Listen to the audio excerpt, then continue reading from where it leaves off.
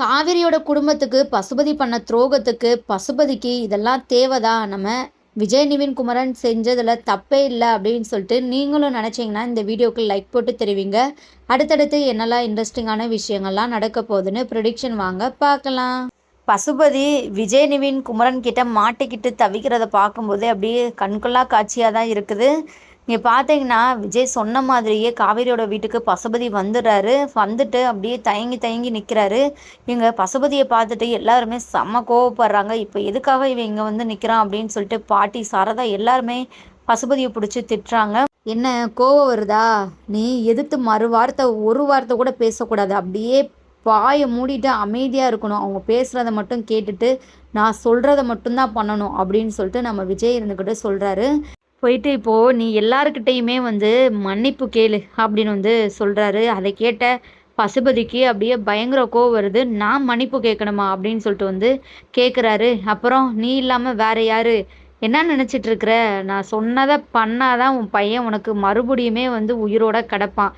இல்லைன்னா எங்கேயாச்சும் பொணமாக தான் கிடப்பான். அது கூட கிடைப்பானான்னு சொல்லிட்டு சந்தேகம்தான் அப்படின்னு வந்து சொல்கிறாங்க. இங்கே பாரு, பசுபதியை பற்றி உனக்கு எதுவும் தெரியலை. என் பையனுக்கு மட்டும் எதுனாலும் ஆச்சுன்னா கண்டிப்பாக உன்னை சும்மாவே விட மாட்டேன் அப்படின்னு வந்து சொல்கிறாரு. சும்மா இப்படிலாம் நீ வெட்டியாக பேசியிருக்குது சுத்த வேஸ்ட்டு அப்படின்னு சொல்லிட்டு இங்கே ராகவை பார்த்தீங்கன்னா 2 போடு போடுறாங்க விஜய். இங்கே பாரு, என் பையனை எதுவும் செய்யாத. இப்போ என்ன, நான் மன்னிப்பு தானே கேட்கணும், கேட்குறேன் அப்படின்னு சொல்லிட்டு எங்கள் எல்லாருக்கிட்டையுமே வந்து மன்னிப்பு கேட்குறாங்க. நெக்ஸ்ட்டு பார்த்தீங்கன்னா இங்கே நிவின் குமரன் அவங்க பங்குக்கும் இதை செய்ய அதை செய்ய அப்படின்னு சொல்லிட்டு பசுபதியை வந்து செம்மையாக இது பண்ணிகிட்டு இருக்கிறாங்க. அடுத்து சாரதாவோட காலிலேயே விழுந்து பசுபதியை மன்னிப்பு கேட்க வச்சிடுறாங்க. இங்கே சாரதாவுக்கு அப்படியே தூக்கி வாரி போட்டுருது. இது பசுபதியா வேற யாரோவா அப்படின்னு சொல்லிட்டு பயங்கர ஷாக்கில் இருக்கிறாங்க. நெக்ஸ்ட்டு பார்த்தீங்கன்னா நம்ம விஜய் நம்ம காவேரிக்கு வந்து கால் பண்ணுறாங்க. இங்கே பாரு, அந்த பசுபதி கொண்டு வந்த பத்திரம் வந்து எல்லாமும் கரெக்டாக இருக்குதா, ஒரிஜினலா அப்படின்னு சொல்லிட்டு செக் பண்ணிக்கோ. இங்கே நம்ம இப்போ காவேரியுமே வந்து எல்லாமும் செக் பண்ணிவிட்டு எல்லாமும் சரியாக இருக்குது அப்படின்னு வந்து சொல்கிறாங்க. நம்ம காவேரிக்கு ரொம்பவே சந்தோஷமாக இருக்குது பசுபதி இப்படிப்பட்ட ஒரு நிலைமையில பார்க்குறதுக்கு. என்ன காவேரி, இப்போ உனக்கு என்ன ரொம்பவே ஹாப்பி தானே? பயங்கர ஹாப்பியில் இருக்கிறீங்க அப்படின்னு வந்து சொல்கிறாங்க. இதை தான் காவேரி நான் எதிர்பார்த்தேன். சரி, இப்போது உனக்கு ஒரு வேலை என்னங்க அப்படின்னு வந்து கேட்குறாங்க. இந்த மாதிரி உங்கள் குடும்பத்தை எவ்வளோ கஷ்டப்படுத்தியிருப்பா இந்த பசுபதி, உன் பங்குக்கு நீ எதனாலும் செய்ய வேணாமா அப்படின்னு வந்து சொல்கிறாங்க. போ, ஓங்கி ஒரு அறை விடு. உன்னோட ஆசை தீர வர அவனை வந்து நீ அடிச்சுக்கோ. கண்டிப்பாக இப்போ அவனால் எதுவுமே பண்ண முடியாது. அவனோட பிடி எங்கள் கையில் மாட்டிகிட்டு இருக்குதுல்ல அப்படின்னு வந்து சொல்கிறாங்க. நான் லைன்லேயே இருக்கிறேன் காவேரி, நீ போ அப்படின்னு சொல்லிட்டு காவேரியை வந்து விஜய் சொல்ல, இங்கே பார்த்தீங்கன்னா பசுபதி கிட்ட காவேரி வந்து பேசுகிறாங்க. எவ்வளோ ஆட்டம் ஆடியிருப்ப, எங்கள் குடும்பத்தை எவ்வளோ கஷ்டப்படுத்தியிருப்ப, எங்கள் அப்பாவே கொன்னுட்டேடா நாயே. இதுக்கப்புறம் எங்களுக்கு எதுனாலும் ஒரு பிரச்சனையை வந்து உண்டு பண்ணணும் அப்படின்னு நினச்சேன்னா அவ்வளோதான். இவ்வளோ நாள் நீ பண்ண எல்லாத்துக்குமே இப்போது நான் கொடுக்குறேன் பாரு அப்படின்னு சொல்லிட்டு பசுபதியோட கன்னத்திலே பல்லார்னு ஒரு அறையை வச்சாங்க. இதை பார்த்த சாரதாக்கு அப்படியே பயங்கர ஷாக்காக இருக்குது. எங்கள் பசுபதி அப்படியே பார்த்தீங்கன்னா பயங்கர கோவத்தில் தான் நின்று இருக்கிறாரு. சாரதா இருந்துக்கிட்டு என்ன காவேரி என்ன செய்கிற அப்படின்னு வந்து கேட்குறாங்க. அம்மா, இவனுக்கெல்லாம் ஒரு அடிலாம் பத்தாதுமா, நீயும் வேணா ஒரு 2 அடியை போடு. எந்த அளவுக்கு நம்ம குடும்பத்தை இவன் கஷ்டப்படுத்தியிருப்பான், அதுக்கெல்லாம் நம்ம பதிலடி கொடுக்க வேணாமா அப்படின்னு சொல்லிட்டு வந்து சொல்லி வச்சுக்கிறாங்க. என்னடி காவேரி இங்கே நடக்குது? அம்மா, இப்போது இவனோட குடுமி நம்ம கையில் மாட்டிகிட்டு இருக்குது. அதனால தான் இவன் இப்படிலாம் பண்ணிகிட்டு இருக்கிறான். இதுதான் நம்மளுக்கு நல்ல வாய்ப்பு. எந்த அளவுக்கு இவனை வந்து நம்ம இது பண்ண முடியுமோ பண்ணிக்கலாம். இங்கே மன்னிப்பு கேட்குறாரு பசுபதி. தயவு செஞ்சு என்னை மன்னிச்சிடுமா தங்கச்சி, நான் வந்து துரோகம் தான் பண்ணிட்டேன் உங்கள் குடும்பத்துக்கு. இதுக்கப்புறம் வந்து நான் இப்படிலாம் பண்ண மாட்டேன். பண்ண எல்லாத்துக்கும் வந்து இப்போ உங்ககிட்ட வந்து மன்னிப்பு கேட்குறேன், என்னை மன்னிச்சிடு அப்படின்னு வந்து சொல்கிறாங்க. இங்கே சாரதா இருந்துக்கிட்டு அப்படியே நிற்கிறாங்க. என்னம்மா பார்த்துட்டு இருக்கிற? இவன் மன்னிப்பு கேட்டால் நம்மளோட பழியெல்லாம் மறைஞ்சிருமா? இல்லை போ, போயிட்டு அவனை பல்லார்னு அறைய விடு அப்படின்னு வந்து சொல்கிறாங்க. இங்கே சாரதா இருந்துக்கிட்டு பசுபதி கிட்ட வந்து பேசுகிறாங்க. உன்னை என் வீட்டுக்காரர் எவ்வளோ நம்பினாரு, உன் மேலே அவ்வளோ ஒரு இது பாசம் நம்பிக்கை வச்சுருந்தாரே, அவரை போயிட்டு ஏமாற்றி இப்படி பண்ணிட்டியே அப்படின்னு சொல்லிட்டு, நீ எல்லாம் நல்லா இருப்பியா, எங்கள் குடும்பத்தையே நாசமாக்கிட்டியேடா அப்படின்னு சொல்லிட்டு சாரதாமாவும் பார்த்தீங்கன்னா பசுபதியை பலார்னு அறைய விடுறாங்க. அடுத்து நம்ம பாட்டியுமே வந்து பசுபதியை கழுவி ஊற்றி காரி துப்பி முகத்திலேயே பாட்டி வந்து அப்படியே காரி துப்பிடுறாங்க. பசுபதி அப்படியே உச்சக்கட்ட கோவத்தில் அப்படியே நின்றுட்டு இருக்கிறாரு. இங்க பாட்டி இருந்துக்கிட்டு, "இதுக்கப்புறம் வந்து எங்க குடும்பத்த உன்னால எதுவுமே பண்ண முடியாது. சிங்கக்குட்டி மாதிரி 3 பசங்க இருக்கிறானுங்க எங்க வீட்ல.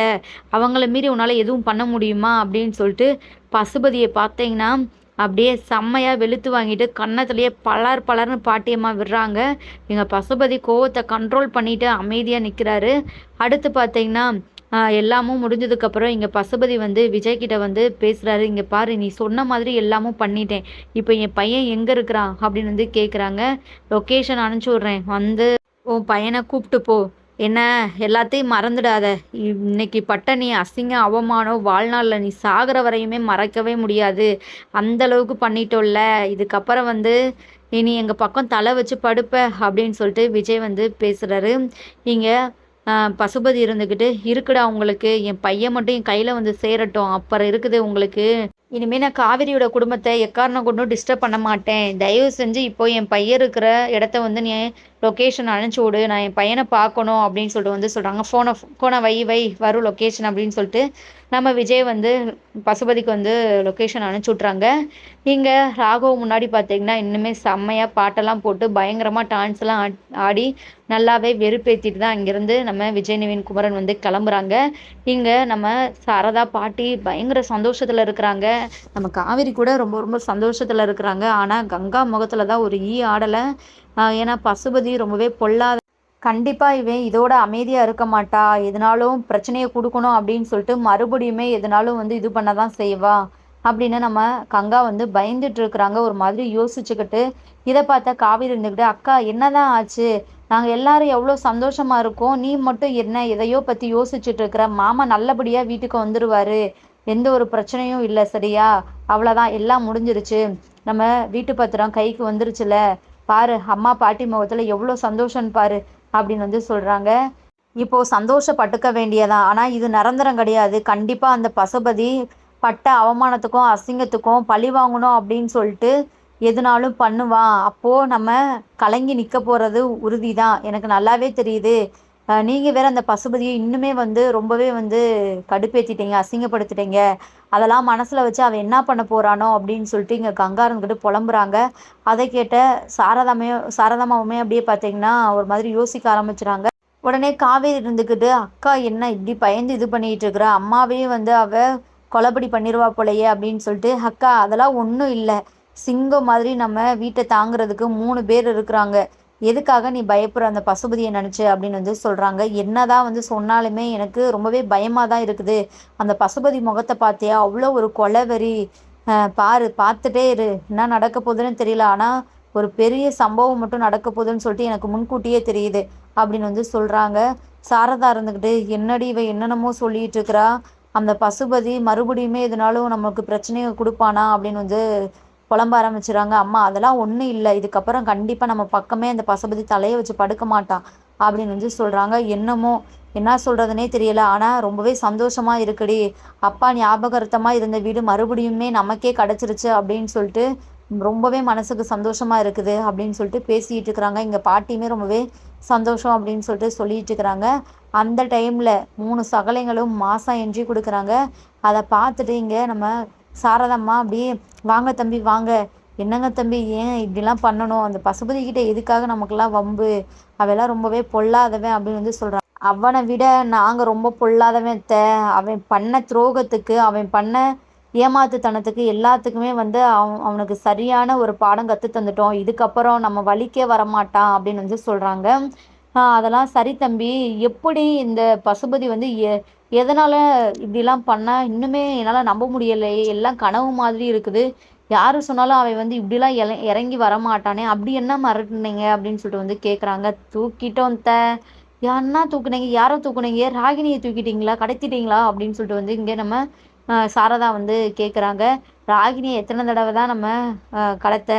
ராகினிலாம் சுத்த வேஸ்ட்டு அத்த. அந்த பசுபதிக்கு உயிரே அந்த பசுபதியோட பையன் தான். இன்னைக்கு தான் வெளிநாட்டுல வந்து வந்து ஏர்போர்ட்ல இறங்குனான். தூக்கிட்டோம்." அப்படின்னு வந்து இங்க நம்ம குமரன், நிவின், விஜய் எல்லாருமே பார்த்தீங்கன்னா, ரொம்ப ஜாலியா வந்து சொல்லிட்டு இருக்கிறாங்க. இத கேட்டதுமே அப்படியே சாரதா ரொம்பவே ஷாக் ஆகுறாங்க. "என்ன தம்பி சொல்றீங்க?" "ஆமா, இதுதான் இத வச்சு தான் அந்த பசுபதிய இவ்ளோ காரியம் செய்ய வைக்க முடிஞ்சது. இல்லைன்னா அவன் பண்ணுவானா?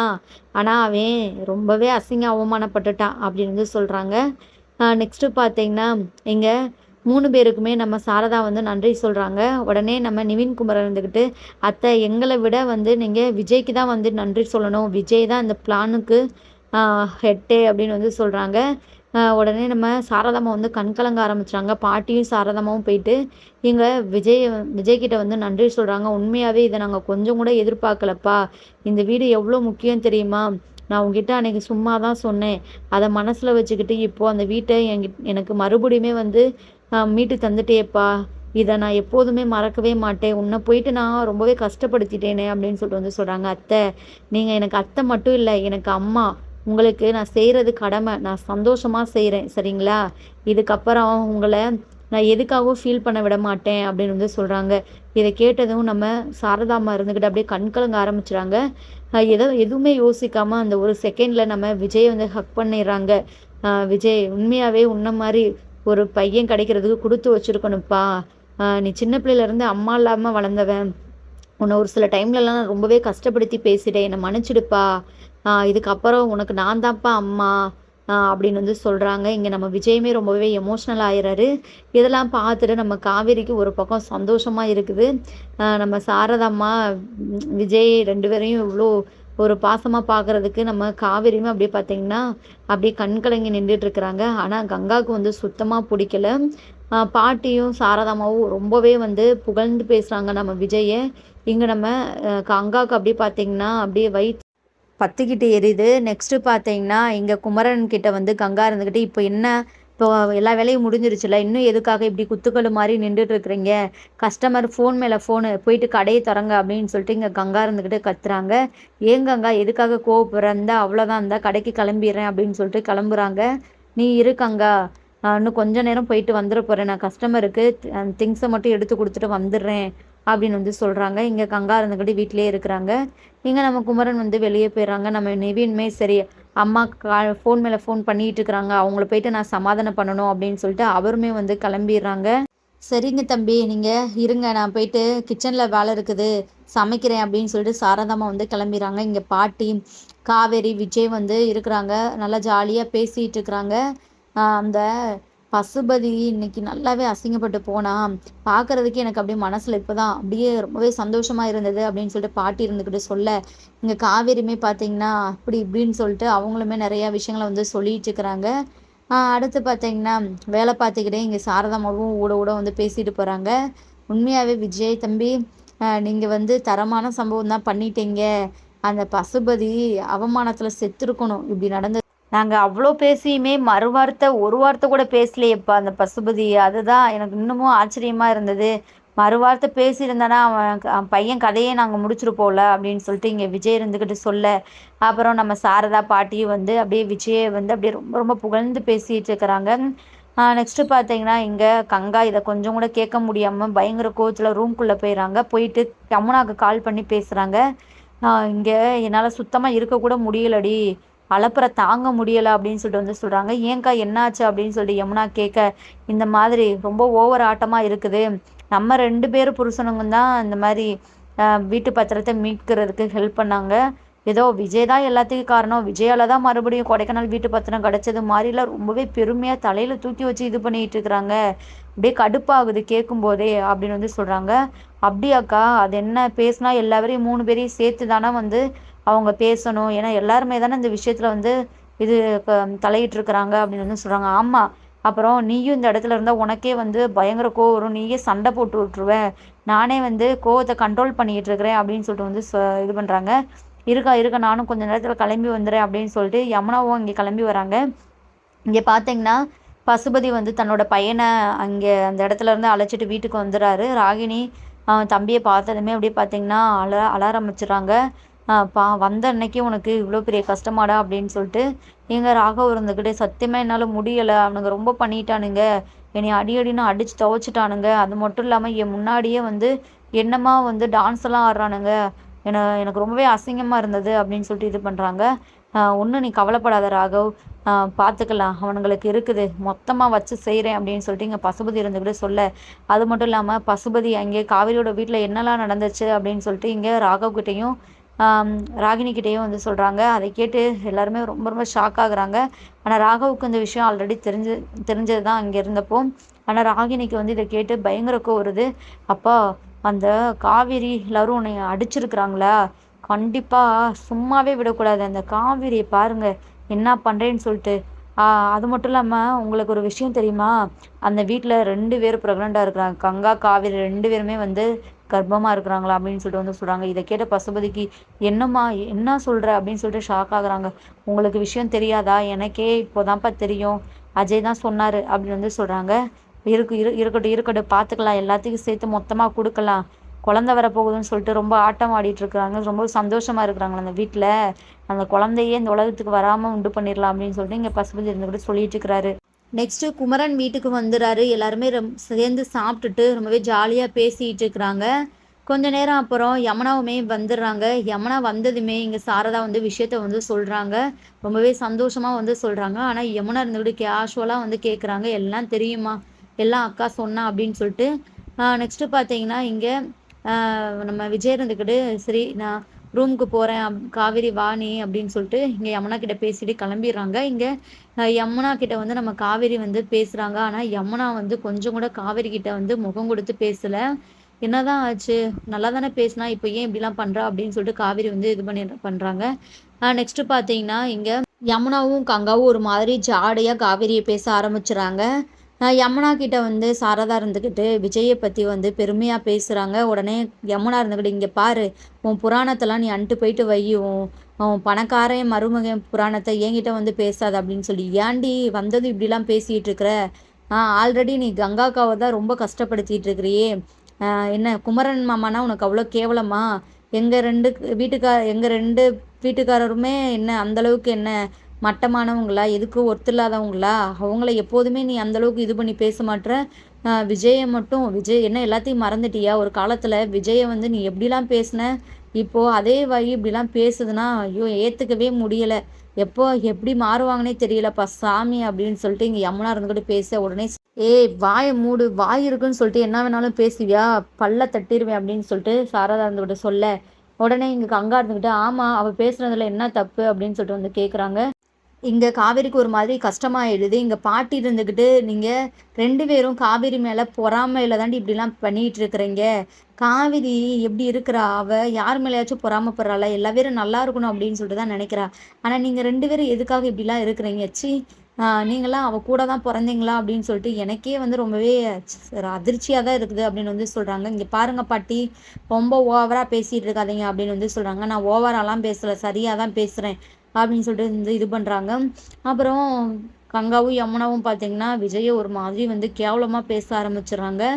இதனால் நம்ம காவேரி வந்து டென்ஷன் ஆகிட்டு திட்டி விட்றாங்க. இங்கே பாருங்கள், இதுக்கப்புறம் அவரை பற்றி எதுனாலும் பேசுனீங்கன்னா அவ்வளோதான், என் கூட பிறந்தவங்க கூட நான் பார்க்க மாட்டேன் அவ்வளோதான் அப்படின்னு வந்து சொல்கிறாங்க. இங்கே குமரன் இருந்துக்கிட்டு கங்கா வாயை கொஞ்சம் மூடு, என்ன நீ பேசுகிறது எனக்கே சுத்தமாக பிடிக்கல, ஏன் வர வர இப்படிலாம் மோசமாக நடந்துக்கிற அப்படின்னு சொல்கிறாங்க. இங்கே பாருங்கள், இந்த விஷயத்தில் நீங்கள் தலையிடாதீங்க, அமைதியாக இருங்க, அப்புறம் உங்களுக்கு மரியாதை இருக்காது அப்படின்னு வந்து சொல்லிடுறாங்க.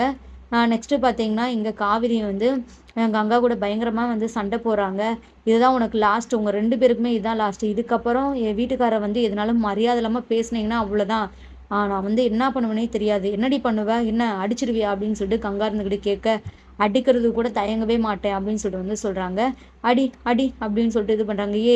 அப்படின்னு சொல்லிட்டு இங்கே சாரதா இருந்துக்கிட்டு கொஞ்சம் அமைதியாக இருங்கடி, எதுக்குடி சண்டை போடுறீங்க, அந்த தம்பி காதில் விழுந்தா இதனாலும் சங்கடப்படுண்டி அப்படின்னு வந்து சொல்கிறாங்க. ஓ இப்போ கூட உன் மருமையை வந்து ஃபீல் பண்ணிடக்கூடாது, உன் பணக்கார மருமையை காதில் விழுந்துடக்கூடாது தான் அப்படிலாம் இது பண்ணிகிட்டு இருக்கிறியா, கத்த தான் செய்வேன் அப்படின்னு சொல்லிட்டு வேணும்னே இங்கே யமுனாவும் கங்காவும் சேர்ந்துக்கிட்டு காவேரியை வந்து தப்பு தப்பாக பேச ஆரம்பிச்சிடுறாங்க. யமுனாவோட வாழ்க்கையை கெடுத்துட்ட, இப்போ வரைக்குமே நிவின் வந்து உன் மேலே பைத்தியமாக சுற்றிட்டு இருக்கிறான், இவளோட வாழாமல் இன்னும் ஏன் வாழ்க்கையை கெடுக்கணும் அப்படின்னு சொல்லிட்டு எல்லாம் பண்ணிகிட்டு இருக்கிறியா அப்படின்னு சொல்லிட்டு காவேரி ஒரு மாதிரி வந்து கேவலமாக பேச ஆரம்பிச்சுறாங்க. கரெக்டாக அந்த டைமில் விஜய் வர இங்கே வந்ததுமே பார்த்தீங்கன்னா நம்ம கங்கா யமுனா பேசுனதுக்கு பயங்கர கோவப்பட்டு 2 பேத்து கன்னத்துலயுமே பலார்னு ஒரு அறைய வச்சாரு. இதனால நம்ம சாரதாம்மா அப்படியே பயங்கர ஷாக் ஆகுறாங்க. பாட்டி இருந்துக்கிட்ட "போடுப்பா, இன்னும் 2 போடு போடுப்பா" அப்படின்னு சொல்லிட்டு வந்து சொல்றாங்க. எங்க குமரனுமே பார்த்தீங்கன்னா அமைதியா இருக்கிறாங்க. ஏன்னா கங்கா, யமுனா பேசுனது ரொம்பவே கேவலமான ஒரு விஷயம். நம்ம காவேரி அவ்வளோ தப்பா பேசிட்டாங்க. இங்க நம்ம விஜய் இருந்துக்கிட்டு, "நீங்க இப்படி இருப்பீங்கன்னு சொல்லிட்டு நான் கொஞ்சம் கூட எதிர்பார்க்கல. உங்க மேல அவ்வளோ ஒரு மரியாதை வச்சிருந்தேன். ஆனா அத நீங்களே கெடுத்துட்டீங்க. இந்த அளவுக்கு நீங்க கீழ்த்தரமா பேசுவீங்களா?" அப்படின்னு சொல்லிட்டு இப்பதான் எனக்கு நான் தெரிஞ்சுக்கிட்டேன். இதுக்கப்புறம் இந்த வீட்ல ஒரு நிமிஷம் கூட நானும் காவேரி இருக்க மாட்டோம். எதுக்காக நீங்க அவ்வளோ கஷ்டப்படுத்துறீங்க? எல்லா பேரும் கஷ்டப்படக்கூடாது அப்படின்னு சொல்லிட்டு எல்லா கஷ்டங்களையும் தான் மனசுல வச்சுக்கிட்டு, நான் பார்த்ததுலருந்து அவ்ளோ இது பண்ணிட்டு இருக்கிறா. ஆனா நீங்க இவ்வளோ ஈஸியா பேசி கஷ்டப்படுத்திட்டு இருக்கிறீங்க. இதுக்கப்புறம் நீங்க காவேரி எதனாலும் பேசுனீங்கன்னா அவ்வளோதான். ச்சீ! வாய மூடுங்க. உங்ககிட்டலாம் பேசுறதே வேஸ்ட் அப்படின்னு சொல்லிட்டு கங்கா பேசுறதுக்காக வாய எடுக்குறாங்க. அந்த டைம்ல பார்த்தீங்கன்னா, நம்ம விஜய் வந்து நல்லாவே வெளுத்து வாங்கி கங்கா, யமுனாவ பேச விடாம வந்து தடுத்துறாங்க. இன்னுமே பார்த்தீங்கன்னா, அடுத்தடுத்து பல இன்ட்ரெஸ்டிங்கான விஷயங்கள்லாம் நடக்க போதுங்க. நம்ம வெயிட் பண்ணி ஃபுல் எபிசோட பார்த்து தெரிஞ்சுக்கலாம். நம்ம விஜய், காவேரி வந்து இந்த வீட்ல இருந்தா கண்டிப்பா சண்டை வரதான் செய்யும். அவங்களுக்கு நிம்மதியே இருக்காது. தனி குடித்தனம் போனா தான் சூப்பரா இருக்கும். அவங்க சந்தோஷமா இருப்பாங்க அப்படின்னு சொல்லிட்டு நீங்களும் நினைச்சீங்கன்னா, கமெண்ட் பண்ணி தெரிவிங்க. மறக்காம நம்ம சேனலையும் சப்ஸ்கிரைப் பண்ணி தெரிவிங்க. தேங்க் யூ ஃபார் வாட்சிங்.